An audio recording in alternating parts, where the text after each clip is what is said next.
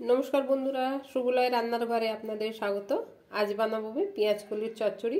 নিয়ে নিয়েছি পেঁয়াজ কলি আছে, পটল, অল্প একটা আলু আছে, বেগুন, 6টা মতন কাঁচা লঙ্কা, 2টো বড়ি, আর এখানে নিয়েছি গোটা সর্ষে।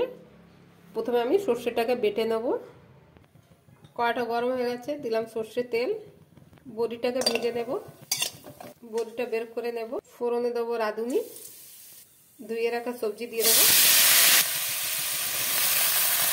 ভালো করে ভেজে নেব। দিয়ে দেবো অল্প হলুদ, দিয়ে দেবো চেরা কাঁচা লঙ্কা, দেবো সর্ষে বাটা, দেবো স্বাদ মতো লবণ,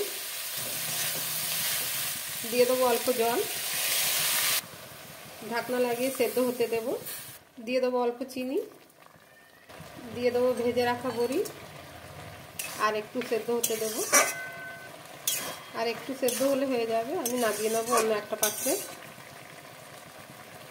রেসিপিটা হয়ে গেছে বন্ধুরা, আমি নামিয়ে নেব।